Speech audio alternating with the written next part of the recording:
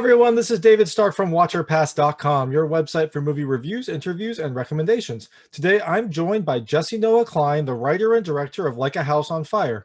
We're going to talk to Jesse in just a second, but first, let's check out the trailer. And while you're watching, if you can like and subscribe to this channel, that would be fantastic. It helps me out a lot. Thank you. Hi, Dan. When did you get back? Today. When can I see Isabel? She doesn't remember you.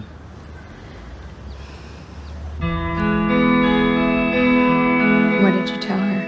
What can I tell her? How do you explain this to 2-year-old? Do you know that she asked for you every day? For months and months, she looked at me like I was the wrong person. I'm still sure you're the best mom. I can tell. Hi, sweetheart. I brought you this. It's for me?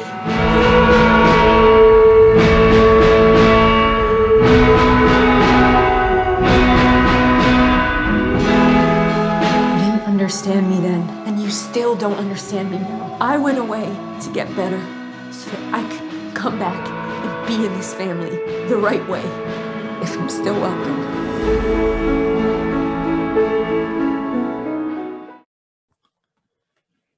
Hey, Jesse. Hey, how's it going? It's going well. How are you? I'm fine, thank you. Yeah, I'm good. Awesome. Well, thanks so much for joining me. This is Noah Klein, the writer and director of Like a House on Fire, which is available digitally now. So you can check it out now in the comfort of your home as the world is kind of starting to open back up. You can still watch it at home and you know, maybe next time they'll be in theaters and they'll be open around you. So thank you for joining me. How's it going? Yeah, I'm doing all right. I'm in Montreal right now, and you know, things are okay. It's getting warmer, which is nice. Yeah, it seems like this winter was longer, and maybe that means the summer will be a nice one, but probably just means it'll be really hot. I don't really know what to do with the weather or the world right now. Everything is just nuts. So, yeah, for real. So thank you for joining me. This film was such an interesting kind of understated drama. Like, you know, I loved almost everything about it. Like, it felt like a very kind of personal you know, look at this person's life and recovery. So I guess I'm always kind of curious, you're the writer, so what was the inspiration for this story, and kind of how did these ideas come to life in your head? Yeah, when I started writing the film, I lived in the United States for 6 years. I was teaching at a university, and I think probably one of the starting points for me was this idea of coming home. So, you know, I'd been gone for actually more than 6 years, around 8 years, and I was thinking about moving back to Canada. And so I think, and that's just a universal theme I think we all have experience with and can connect to. So I think that was one strand of it. And I would say the other, you know, each of my scripts and each of my films, I wouldn't say that there's one way that I approach filmmaking or storytelling, but for this one, and I think you can tell by the way the story is told, it's very first person. And so I started with the character. The character of Dara was really the starting point for the project. And I suppose I began to think about her as someone who we don't often see centered in a narrative. And so I really kind of started with the character, and the story evolved from her rather than vice versa, where there were a set of circumstances and they kind of happened to a character. Okay, that actually kind of leads perfectly into my next question, because, you know, one of the things I appreciate about this film, I know maybe not everyone will, but I really liked it, is that it didn't really tell you much about what happened to Dara. Like, you had some hints, and then kind of as the story progressed, you learned more and kind of filled in some of those, you know, things that maybe seemed a little off when you first met her and first kind of learned about her situation. You know, was that how you liked to tell the story, or was that also just kind of, you know, as you were learning about Dara in your head, you were kind of filling out her story in the script as well, and so that's kind of the natural way that it progressed? Yeah, I had a very clear sense once we had kind of the real roots, the real kind of a solid foundation from which the story would be told. I had a very clear sense of, you know, there was a postpartum depression, there was anxiety and depression that was before that.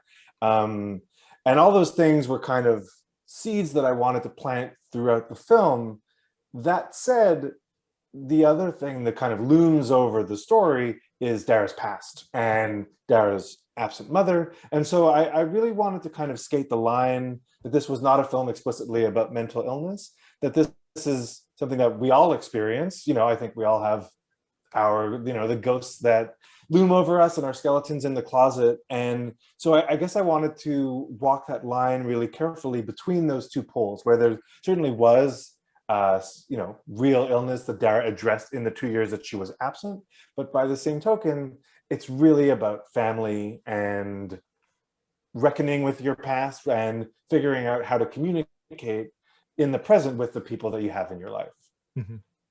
And I think that's also kind of an interesting thought, as kind of the world is slowly beginning to open up. You're going to have situations like this, maybe not not as dramatic as what happened to Dara, but you're going to have a situation where like grandparents haven't seen their grandkids or their kids for over a year, and then they're going to come back, and what's that situation going to be like? Everyone has, this time has been weird because everyone has changed, but they've also kind of stayed the same. So there are going to be new experiences, new interests, and things like that, where you just haven't seen each other in a very long time, and kind of you in your head expect everything to stay the same, but the world kind of moves on. So I really like that theme as well. For Dara, when she was gone, she kind of expected to kind of slot right back in, but as happens, right, everything changed, and she just kind of had to learn, either learn to deal with that, or try to move on. It was a tough transition for her. Yeah, I mean, she basically spends the entire course of the film grappling with that and wrestling with it. That there's this kind of a really perfect storm of circumstances which create the situation that she finds herself in. That she's away for such an amount of time that Danny doesn't know when she's coming back, which prompts him to kind of move on with his life. That said, it's not 20 years or something like that. So she does have an expectation of trying to fight for, what is rightfully hers. One of the things that was very important to me when I was making the film is to respect each person's point of view and subjectivity. And so whether it's the estranged husband, his new partner, especially Dara, of course, each of these people really have their own rights. And I really wanted to kind of respect that individually. And the other thing I really loved about this, and this kind of feeds into that, is that the film felt very authentic. It felt like, you didn't have Hollywood, for lack of a better word, like Hollywood over dramatization of the situation. The situation felt very real and lived in, as you were kind of experiencing the situation with Dara. So is that kind of how you approach filmmaking and writing, or was there something about the story that made you really want to kind of, I don't want to say tone it down, because the film has plenty of drama. It just doesn't, it doesn't force the kind of emotional response that, you might feel artificial. It feels all very authentic throughout. Yeah, no, I mean, I appreciate it. That's just, I suppose some of that is just, that's my writing style. That's kind of how I approach it. And, I guess I really approached this film, as I kind of intimated before, character first, and having a great respect for the characters, and just really kind of writing from there out into their worlds, and thinking, what are the different things that Dara really is trying to do? Well, she's of course trying to reconnect with her husband and her daughter, but she's going to want work. She's going to want to, show everyone around her that she's able to keep a job. And, and of course, what she learns is perhaps it's not going to be her old job. It's not going to be exactly the way that she wanted things to be. But yeah, I really I think for this project, it was beginning with character and beginning with, as I said, respecting their subjectivity. And I think, if I could speak to it, that authenticity comes from there, is just kind of respecting their points of view. And so then you had the script, and then you were able to assemble this fantastic cast. I mean, I guess, how did you get Sarah and Jared on board with this film? Did someone come first, or did you kind of luck out with some of them? I guess, how did you assemble this cast? I really felt that I had to cast Dara first. I really felt that I couldn't cast any of the other roles without knowing who she was, and the way that Jared is going to have to play off Sarah, if there was hypothetically a completely different actress, who knows? It's such a chemistry that exists between all of the characters.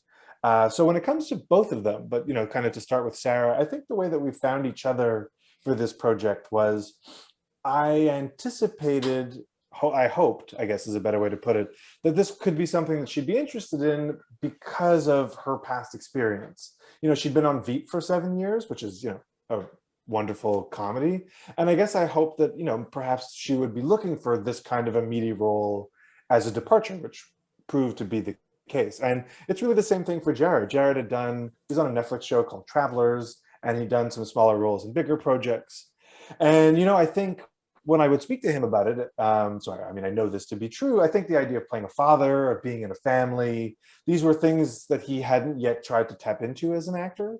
And I think he was hungry to do so. So I think I kind of found both of them at the right times for both of their careers, that they were wanting to do a kind of smaller character-driven project. And, obviously the film is the better for it. And it was great working with them both. I think they really had an interesting chemistry that worked off of one another, because of course this isn't a love story. This is people who are kind of estranged, people who kind of don't click anymore, but there's still an attraction and an affection. So yeah, I felt that their dynamic worked really well. Yeah, no, I agree that the way that they kind of interacted was very nuanced, but I really liked it, especially Jared. He has a lot of feelings in this film. Dara has her own, but he is a very conflicted character, and I kind of liked how subtly he played that, and how you could kind of see in his character this kind of pull in two directions for his desires and responsibilities and things like that. Yeah, definitely. There's just an embedded conflict, and one of the ways that Jared and I talked about the role was how open he was. And at the beginning of the film, not open. And over the course of the story, he slowly changes in ways that are, as you said, I think they are kind of subtle and nuanced, but it's all about how does he reframe his thinking with regard to, this person was the love of his life. This person is the mother of his child. And yet there's this huge chasm between them. And it's unclear throughout the story how that can be, breached. Mm-hmm. And so this film, it's clearly an indie film. How did you go about kind of filming it? How long did it take to film? And, how did you get backing for, a smaller kind of, more dramatic project? This doesn't feel like it's going to be, this isn't like a major TV special or like a blockbuster film. So I guess, how did you kind of go about that process of getting your vision made? Yeah, it's, I think I know more about the Canadian film industry than I do the American, but it always starts with producers. It starts with finding people who share your vision or want to help you realize yours. And so I started working with a production company, Colonel Films, and they were great. And we collaborated over years on the screenplay and getting everything together. And over time, it became a co-production with another company called Woods Entertainment. And, in Canada, the way that the industry works here, pretty much almost entirely, is through the federal and provincial grant system.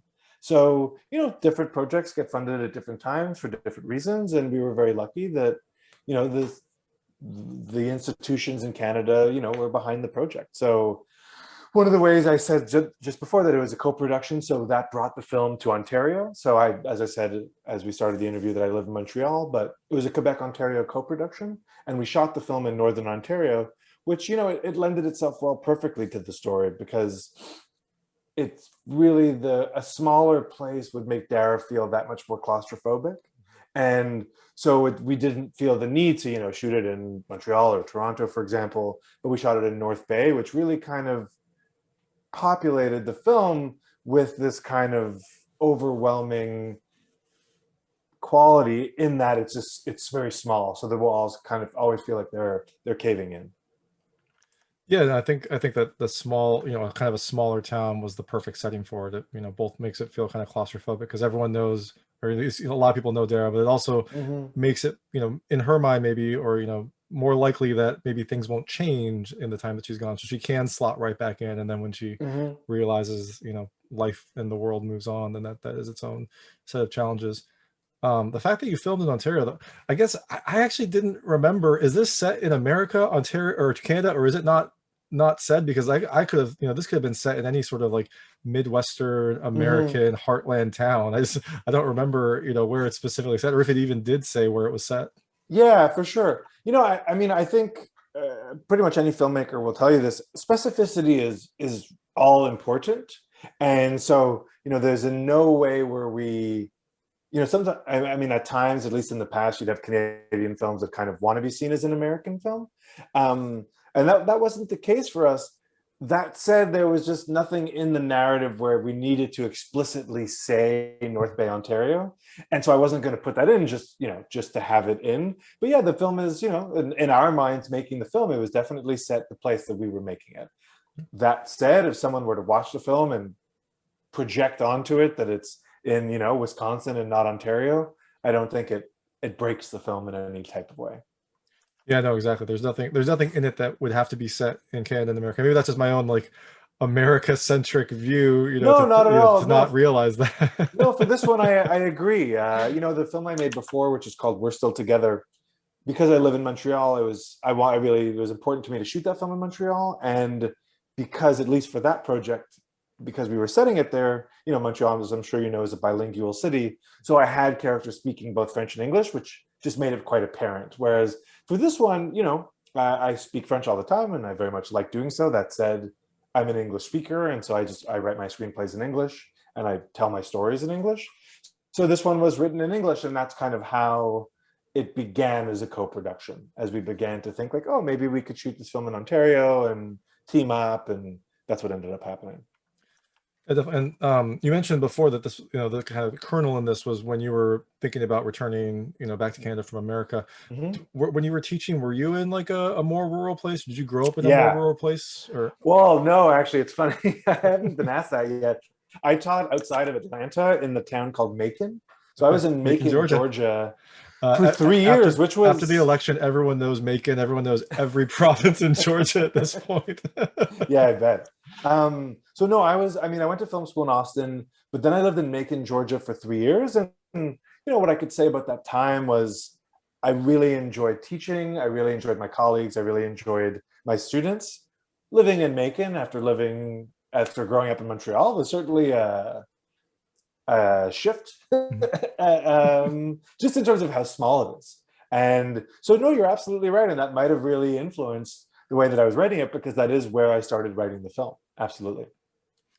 Awesome. Yeah, that's interesting. I can't imagine that kind of a shift, but yeah, like there must be, like you said, it's a shift. Like there's positives and there's negatives, as with any sort of change in life. And yeah, that's one of those things about academia. I mean, as a filmmaker, I'm kind of almost like academic adjacent in that I also make films, which is just a totally other vocation, and you kind of do need to be in bigger cities to do that. But if you're an English professor or whatnot, that's one of the things that, I mean, you might grow up in New York City and then you have to move to Montana because that's just where the work is. So and then sorry, I'm going to flip back to the cast. I know this is a little unstructured. Sure, the other main character in this film is played by Margot, the daughter. What was it like working with her? And kind of, this film deals with a lot of complex emotions, and she's just kind of like an innocent bystander almost. She's just kind of playing a kid. What was it like working with a child in such a kind of complex, dramatic role? Yeah, it was challenging. We casted that role in kind of the conventional sense, in that there was a casting call and we saw different kids. And one of the central tenets of the whole project is that the daughter doesn't remember the mother. And if you don't sell that, the whole movie doesn't really make sense. And so that's why, oftentimes in many different ages, you'll cast older people to play younger people. There's like 30-year-olds who've been playing teenagers for 15 years. I have friends who are still playing teenagers and they're 32 or something. And so that sounds great. I wish I could play someone that's 15 years younger than myself, but they would never believe it. Yeah, of course. So similarly, it was really important to me that you believe it. And so, at times, I would have actors or actresses come in, kids who were like 8 or 9. And of course they were tall, like they looked like they were, almost in grade 6. And so it just wasn't working. And then this girl came in, and it, in terms of the audition, it really was kind of a remarkable experience, because that scene in the middle where she closes her eyes and she visualizes and says she's in a grocery store, etc. She just did the whole scene. Like, she's 4 years old. She walks in. Her parents are waiting in the waiting room for her. And she just comes in and does the scene. So it was quite remarkable to witness. And it made the decision very easy. But that said, when you're working with a child that's that young, it's challenging. You really have to kind of direct everyone else around her, because, they can only work, forget about unions or anything like that. a child can only focus for, I mean, maximum, I would say, this is a while ago now, but 30 minutes maybe. So it was, it was a great experience, and she's a wonderful kid. And I think, one of the things about casting her, she's so young, there was no pretense. Like, a bit of an older actor can maybe have like, this kind of a bag of tricks that she learns as a kid. She was so young, I don't think she even could conceive of what a bag of tricks is. So she was just natural all the time. She was just always herself in the role, which was great, which, really helped us a great deal. And though it was challenging, it was, of course it was worthwhile. Yeah, I can imagine that's kind of difficult to be like, okay, so now you have to pretend like you don't know Sarah, and you have no idea who she is, even though you've been playing with her for the last like 3-4 days. I can imagine. Yeah, we actually we were quite careful about that, in that because we didn't want them to have chemistry, they really didn't spend very much time with each other before. She had an acting coach, of course, and so the acting coach and I spent a great deal of time with her rehearsing in Montreal before we made the film. But because the whole point is this estrangement, we kept them apart for pretty much all of pre-production. Oh, that's a great great little tactic. I think that probably worked out really well. Yeah. And then so I guess the last kind of question before I move into some more serious spoilers about the film. I want to keep it kind of spoiler free until now. Sure. So the title, Like a House on Fire, I guess, where did that come from? I tried to watch and like listen to see if it was mentioned. I didn't hear it in the film itself. So kind of where did you come up with that title? I mean, I guess it's an appropriate title, but I want to know where like kind of the For sure. origin is. Yeah, that would be hilarious if this film, I've definitely joked around with friends about like movies that have the titular line in them. It would be hilarious if this movie had a titular line. So it's pretty straightforward, frankly. I didn't have it through the whole writing process, but I did kind of halfway through it came to me. And, in English, I mean, oftentimes I have to explain this when perhaps people like aren't aware of the expression for whatever reason, but the expression for people to get along like a house on fire. So there's that etymology for the term, which means people get along super well. Of course, there's an underlying irony about that, because this is a film about people who can't really figure out how to get along with one another. And then secondly, whatever its iteration and whatever place they find themselves in, families are in homes, whether it's, in any place in the world, no matter how big or small the home is, that's where families are made. And so I guess I just wanted to kind of point at that at times, they could be a chaotic place or even a dangerous place. So yeah, that's where the title comes from. Very, very appropriate. I love it. So now I'm going to move into the spoilers. So, if you haven't seen the film, it's available digitally. You can rent it, buy it, check it out. It's a really, dramatic, but very understated, realistic and grounded kind of film. It's a very interesting one to watch. You should definitely check it out. Or, if you want to hear some thoughts from the director and then go watch it, that's fine as well. Just want to give everyone a spoiler warning. So I'd like to talk quickly about the ending. I really liked how it felt. I said realistic a lot, but it did feel like this is a scenario that someone could experience, now that everyone's roles are kind of assigned. Now she has to kind of start working. It didn't really feel so much to me like an ending, but more of like a new beginning for her and kind of, the beginning of the rest of her story. So was that always how it was? I imagine in like a Hollywood version of this, she would give her daughter like some toy that the daughter had when she was young, and daughter would like have a flashback and remember and like call her mommy, and everyone would cry, and then cut to credits. But in this one, it really felt like I really loved the conversation between her and her ex-husband, kind of somewhere in between, and then the conversation with the daughter, and kind of how she kind of acknowledged, everyone kind of acknowledged flaws that had happened in the past and how they were going to start working forward. But so was the ending always kind of this sort of new beginning, kind of bittersweet resolve, or were there other versions that maybe had more of a happier Hollywood type ending? Yeah, scripts change dramatically over the course of their writing and rewriting. There's just no way around that. And there's many things that change drastically over the course of the writing of the screenplay. I wouldn't actually say the coda is actually one of them. It was always that she has to kind of come to terms with that she doesn't get everything that she wants, but she will be able to forge ahead and start a new life which is what she needs. And, you know, one of the ways that I thought about the film and what I talked about it with Sarah is like the movie is the exact amount of time that she figures out what she needed to know at the beginning. So in the last frame of the movie, she actually figures out what she needed to know in the first frame of the movie. And it's exactly that runtime and nothing more. So no, I mean, again, things change with the climax, things change with some of the things in the premise. I mean, I'm sure in many films, they change all over the place. But for the ending, yeah, it always did have kind of this, you know, when you use the term bittersweet, there was this bittersweet aspect to it where, yeah, she doesn't get everything, but there is hope for her moving forward in her life. Awesome. And Jared has a line in that call where he's, you know, like, I did wait. It's like, I waited, but how could I know? And I thought that was such a fantastic line, because it really does kind of, you know, point to just his conflict, right? And you know, she said, I'm coming back, but that's such a vague statement, right? Who knows how long it's going to be? Yeah, I appreciate it. It's what I was saying before.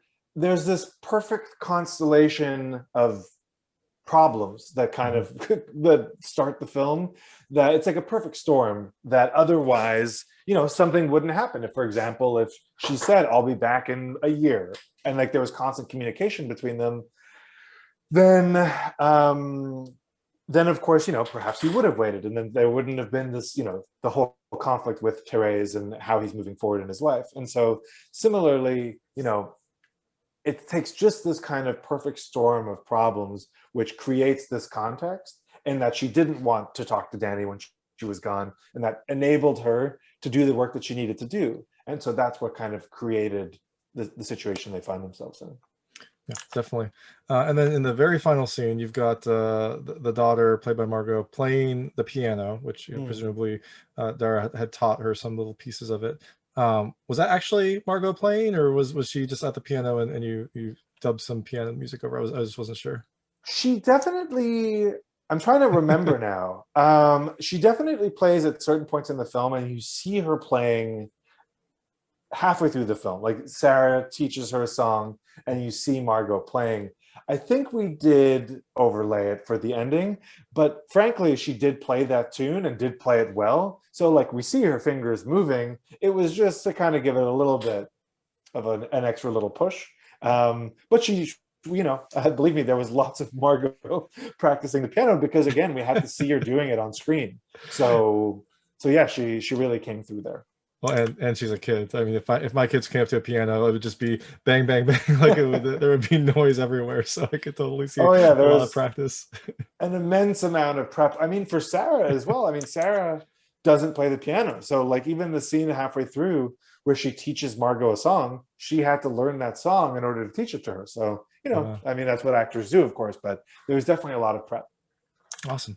So now I'd like to move to, I call it the lightning round. It's just kind of lightweight questions about, you know, that relate to the characters of the story. And I want to see how your experiences personally relate to those.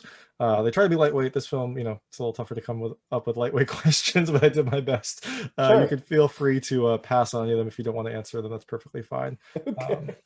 So the first question, you already kind of answered this one. Have you ever left someplace for an extended period of time? It sounds like you did. You left Canada. Yeah, I left Montreal. You know, it's what many people do. I left for kind of my whole 20s. I lived in England. Then, like I said, I lived in the US for 6 or 7 years. So yeah, I have. And then did you return back to, you know, kind of your hometown specifically, or you just that same region? I did. It's funny. It's you know, the two biggest cities in Canada are Toronto and Montreal, and they're not very far from one another. I mean, it's like a 45-minute flight, and there's a lot of, especially English-speaking people in Montreal who've moved to Toronto, and you know, this is just how my life has worked out up until this point. I've kind of intended to move to Toronto a number of times and never done it. And when I moved back to Canada in 2016, and that was another time. I mean, there was a couple different reasons, one of which is teaching at a college here. The other is I married someone who I've known from Montreal. So those are two good reasons why I chose to live here. But yeah, so I did return to Montreal, though in fact I wasn't necessarily even intending to. That makes sense. It's kind of how life works. You just kind of end up exactly. where it goes. So one of the other themes in here was Dara kind of returning to her parents' house, or her father's house, I guess, and staying there for maybe a little longer than her father's wife wanted. So have you ever had a house guest kind of stay for an extended period of time with you? I mean, I guess I have to say no. I've been Dara. I've been like moving home and like staying in my parents' guest room. Oh, for sure. I mean, that's just kind of, as a filmmaker, you have to figure things out sometimes. So I wouldn't say that I've ever had an extended guest. I would say that I've been the extended guest. Well, I'm sure you were a perfectly pleasant person. You didn't give your very young siblings alcohol while you were there. That's true. No, my parents were okay about it. It all worked out. All right. Do you play piano? No, it's playing an instrument is something that I wished I had taken up when I was younger. Instead, I played hockey seriously when I was younger, so that was the way that my youthful years went. And then, now I kind of see it as like filmmaking is such a full-time job that undertaking like learning an instrument, though it's a wonderful thing, and I wish I did. I guess writing scripts takes all of my creative energy, so no, I don't play the piano. That makes sense. Well, as a high school student that played an instrument and did not play sports, I think you probably had a more fun high school than I did. So fair enough. Yeah, you got to pick at some point. When did you start drinking? When did I start drinking? Well, I'll just say this. In Quebec, the legal drinking age is 18. So in Ontario, it's 19, and in the United States, it's 21. And there's always, jokes about people from both Ontario and the US coming here. So yeah. It's a very good answer. Very, very by the book answer. When was the last time you painted your face? When was the last time I painted my face? I think on Halloween 2 years ago, I put some makeup on. I did kind of like a Robert Smith type costume, if I recall correctly. But yeah, we tested quite a bit for Sarah for that clown costume, and it was funny because we started like really big, and I was like, this is just. I mean, she looked like the Joker, and I was like, this is just way too much. We need to dial this way down. Yeah. And I think personally, like what we chose really fit well for the scene. Yeah, no, I think it was right. It was like, as with everything in this film, it was just kind of understated enough that it felt it felt like her character. If she had gone full out, I mean, that might have been a different type of scene where she's like trying too hard. Yeah, this felt very kind of like with her character. For sure. Have you ever been to a party that you were clearly too old to be at? That's that whole thing about her connections with Jordan. I don't know if there is a party that springs to mind, but that does kind of echo the coming home thing. That like you end up at a party and you're a bit older than everybody. Everybody's like right out of college, and you're no longer kind of like a movie like Greenberg springs to mind, where Ben Stiller's kind of hanging out with like way younger people. So I don't know if a specific example, but certainly Dara befriending Jordan, like there wasn't a direct corollary in my life, but I could definitely connect to that experience of hanging out with younger people and feeling a bit askew. Yep, that makes sense. And then, so last question. This was the most egregious thing that happened in the film. Have you ever given a young child a pet as a present? You monster. Because as a parent, if someone gives my kid a pet, I'm like, oh great, now we get to take care of this living being. No, I haven't. And I think it's fair enough. And of course, if it was even a rabbit, I think that would have been a tall order. But a fish, a little fish, feed it, you don't have to walk it. But I hear you. But no, I haven't actually. Teach your kid about death when the fish inevitably dies because someone forgot to feed it or change the water incorrectly. Yeah, something like that. So the film is out digitally. Anyone can kind of go out and check. I think anyone can go out and check it. It's probably at least out in North America. In Canada, the US, the UK, New Zealand, Australia, South Africa. Perfect. It is available on VOD now. Yeah. Awesome. So everyone can kind of go out and see it. You're promoting the film. What's next for you? Do you have other projects, other scripts on the works? I imagine maybe in the last year you've had a lot of time to write some more. So yeah, I do. I have a number of different projects, but the main project that I'm working on is, I always still focus on character and lead with that. That said, for this next project, I'm doing something a little more atmospheric, a little more in genre territory, and it's centered around a ghost story. It's still, grounded in the same aesthetic and character-driven storytelling methods that are important to me. But yeah, this is a bit more in genre territory this time. Well, that sounds fantastic because I watch a lot of horror, and that a genre story that focuses on characters sounds right up my alley. So I can't wait to see that. Yeah, absolutely. Well, awesome. Thank you so much for your time. And the film is out digitally, so everyone can go check it out and experience this. This is a very kind of experiential type of film. It's a very kind of realistic, lived-in film. So this is really something that you can watch and just kind of experience life for a little bit. Appreciate it. Thanks for having me. Awesome. Thank you so much. Okay. That was Jesse Noah Klein, the writer and director of Like a House on Fire, which is available digitally on March 30th, 2021. If you like this interview, please like and subscribe to this channel. It helps me out a lot to make sure all my new interviews go straight to you. And as always, please go to watchyourpast.com for all your movie reviews, interviews, and recommendations. Thank you.